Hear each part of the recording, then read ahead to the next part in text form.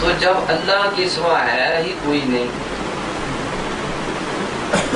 تو اللہ نے کس شے سے تخلیق کیا؟ لا محالہ اللہ کی ایک صفت تھی، نور ہونا بھی اس کی صفت تھی، اس نے اپنی اس صفت کا اظہار حضور علیہ السلام کی روح کی تخلیق سے کیا. اس لیے کہا جاتا ہے کہ حضور نور من نور اللہ، اللہ کے نور میں سے حضور جو ہے نور ہے. اس کا یہ مطلب نہیں کہ اللہ کا نور کٹ کے حضور بن گیا اور اللہ کی روح نکل کے حضرت عیسیٰ علیہ السلام بن گئے. اللہ کا گھر چھوٹا کر کے خانہ کعبہ کچھ گھر ادھر لے آئے بیت اللہ کر دیا. اللہ کا کچھ کلام کاٹ کے جو ہے وہ قرآن پاک بنا دیا. تو لہٰذا اس معاملے میں کوئی مسلمان حضور علیہ السلام کو اللہ کا شریک نہیں مانتا نہ جانتا ہے. پھر حضور فرماتے ہیں کہ اللہ نے مجھے تخلیق کیا ہے، جو مخلوق ہو خدا ہو نہیں سکتی. یا تو یہ کہا جائے نا کہ حضور مخلوق نہیں، تو حضور فرماتے ہیں کہ اول ما خلق اللہ نور، اللہ خالق ہے اور میں مخلوق ہوں، کیونکہ سب سے پہلے اللہ نے جس شے کی تخلیق کی وہ میرا نور پیدا کیا اور میرے نور سے بھی باقی فرشتوں کو ساری کائنات کو پیدا کیا. تو یہی مطلب ہے قرآن پاک کی اس آیت کا وَأَنَا أَوَّلُ الْمُسْلِمِينَ، وَأَنَا أَوَّلُ الْمُسْلِمِينَ، میں پہلا مسلم ہوں جس نے وہ اللہ نے تخلیق کیا اور اللہ کو سجدہ کیا. تو جو سجدہ کرنے والا وہ خالق ہو سکتا ہے، جو پیدا ہو وہ خالق ہو سکتا ہے، جو فوت ہو جائے وہ خالق ہو سکتا ہے. لہٰذا یہ محض غلط فہمی کی بنا پہ اگر وہ ایسی بات کہیں تو پھر انہیں کہ روح اللہ جو ہے، یہ قرآن جب کہہ رہا ہے آدم علیہ السلام میں روح ہوں گی تو پھر قرآن شرک کی تعلیم دیتا ہے. مخلوق جو ہے وہ خدا نہیں ہو سکتی.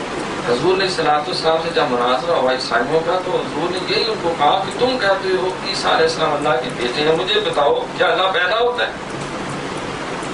نہیں. تو عیسیٰ علیہ السلام پیدا نہیں ہوئے؟ کہتے ہیں ہاں پیدا ہوئے، مریم کے پیٹ سے پیدا ہوئے. فرمایا کہ کیا اللہ تعالیٰ کیا وہ کھاتا پیتا ہے؟ کہتے ہیں نہیں. تو وہاں عیسیٰ علیہ السلام کھاتے پیتے تھے، جس کو کھانے کی عادت وہ خدا کیسے ہو؟ پھر بتاؤ کیا اللہ فوت ہو سکتا ہے؟ کہتے ہیں اللہ کو کبھی موت نہیں آتی، اللہ ہمیشہ زندہ ہے، زندہ رہے. فرمایا کہ عیسیٰ علیہ السلام کو موت نہیں آئے گی؟ کہتا ہمارے خیال میں آ چکی ہوئی. بھائی تم مر جائے تو وہ اللہ ہو سکتا، اللہ کا بیٹا ہو سکتا. بیٹے کے لیے لازم ہے کہ باپ کی صفتیں ہوں اس کے اندر، باپ کی وراثت کا مالک ہو. کلیئر ہوگی.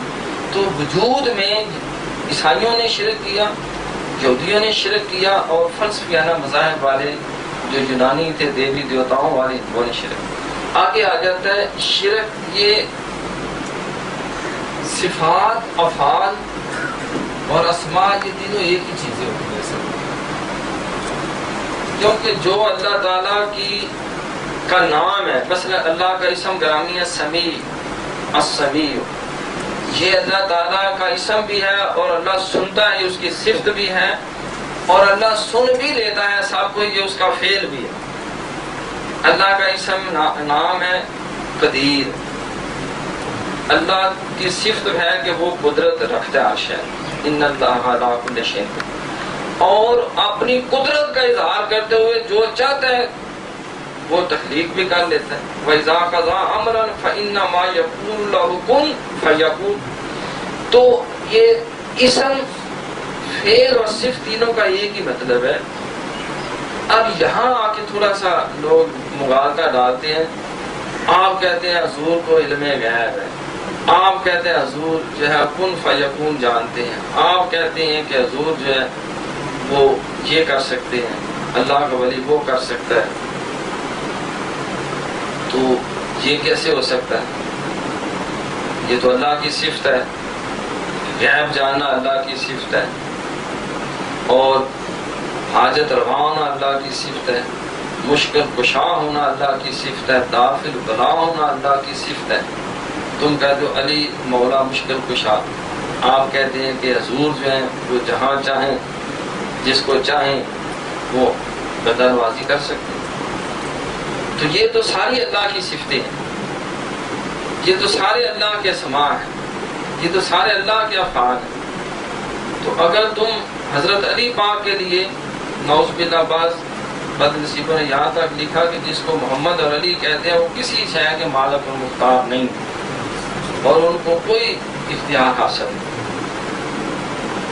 اس میں اعلیٰ حضرت نے پریشان ہو کے کہا تھا کہ اور تم پر میرے آقا کی عنایت نہ سہی، اور کوئی تم پہ میرے آقا کی عنایت نہ سہی، نجدیوں کلمہ پڑھانے کا بھی احسان گیا، نجدیوں کلمہ پڑھانے کا بھی احسان گیا، اتنا ہی یاد کر لو کہ تمہیں کلمہ بھی اس نبی نے پڑھا، اس احسان کو بھی بھول گئے۔ اب یہاں پہ مغالطہ پیدا کیا جاتا ہے، اس کا زیادہ ضروری ہے۔ قرآن یہ کہتا ہے کہ وَجَعَلْنَاهُ سَمِيعًا بَصِيرًا، ہم نے انسان کو سمیع و بصیر پیدا کیا۔ اللہ بھی سمیع و بصیر ہے اور بندہ بھی سمیع و بصیر ہے۔ علامہ اقبال نے کہا کہ قہاریو، غفاریو، قدوسیو، جبروت، یہ چار عناصر تو بنتا ہے اللہ تعالیٰ۔ کہنا تو یہ چاہیے تھا قہاریو، غفاریو، قدوس، کیونکہ یہ ساری اللہ کی صفتیں ہیں، قہار ہونا، غفار ہونا، قدوس ہونا، جبروت ہونا، یہ چار عناصر ہوں تو بنتا ہے مسلمان۔ اور حضور نے فرمایا حدیث قدسی اللہ تعالیٰ فرماتے ہیں تخلقوا باخلاق اللہ، کہ تم اللہ کے اخلاق بناؤ، اللہ کی صفتیں اپنے اندر پیدا کرو۔ اللہ رحیم ہے، تم بھی رحم کا اظہار کرو۔ اللہ رؤوف ہے، تم بھی رؤوفیت کا اظہار کرو۔ حضور کو فرمایا کہ آپ رؤوف بھی ہیں، وبالمؤمنین رؤوف الرحیم، آپ رؤوف بھی ہیں، رحیم بھی ہیں۔ عظیم اور اللہ کی صفت ہے، اور فرمایا کہ وَإِنَّكَ لَا اللہ عَلَىٰ خُلُقٍ عَظِيمٍ، آپ بھی خلق عظیم کے اوپر فائز ہیں۔ اور حضور نے فرمایا کہ اللہ کی 360 صفتیں ہیں، جس میں ایک بھی پائی جائے جنتی ہے۔ حضرت صدیق اکبر رضی اللہ عنہ نے عرض کیا حضور کیا میرے اندر بھی کوئی پائی جاتی ہے؟ فرمایا پوری 360 تیرے اندر پائی جاتی ہے۔ تو کیا اس کا مطلب ہے کہ اللہ کی صفتیں بندوں میں چلی جائیں یا آجے تو کیا شرک ہو جائے گا؟ پھر تو نعوذ باللہ سارا قرآن ہی شرک کی تعلیم بن گیا، ساری تعلیمات اسلامی ہی شرک کی تعلیم بن گئی۔ شرک نہیں ہوتا، اللہ کی صفتیں تو اپنانے کا حکم ہے، اللہ کی صفتیں تو اپنے کردار میں پیدا کرنے کا حکم ہے۔ اور جب تک بندے میں اللہ کی صفتیں پیدا نہ ہوں، یہ تصوف، طریقت، دین، شریعت کیا ہے کہ ہم اللہ کی صفات سے خود سے وہ ہلکا یارہ تو بریشم کی طرح نرم، رزم حق و باطل ہو تو فولاد ہے مومن۔ یہ اللہ کی مختلف صفتوں کا اظہار بندوں سے ہوتا ہے، مخلوق سے ہوتا ہے۔ یہاں شرک سے ہم اس طرح بچیں گے کہ اللہ کی جتنی صفتیں ہیں وہ اللہ تعالیٰ کی ذاتی ہیں اور بندوں کی ساری صفتیں عطائی ہیں۔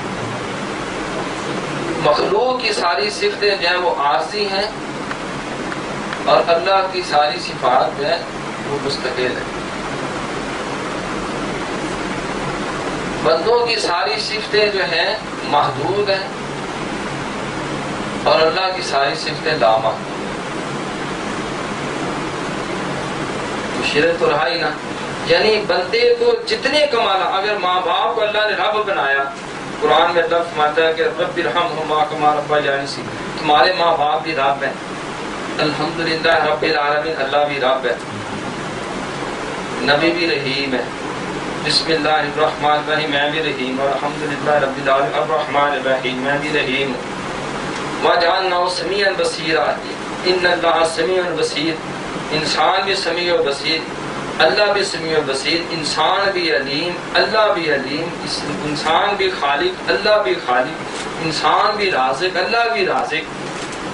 ساری صفتیں اللہ کی بندوں میں آئیں تو بندوں کی، مخلوق کی ساری صفتیں اللہ کی عطا کردہ ہے اور اللہ کو کسی نے نہیں دی۔ مخلوق کی ساری صفتیں مستقل ہیں اور بندوں کی صفتیں عارضی ہیں، جب چاہے اللہ لے لے، مر دے گا تو ختم۔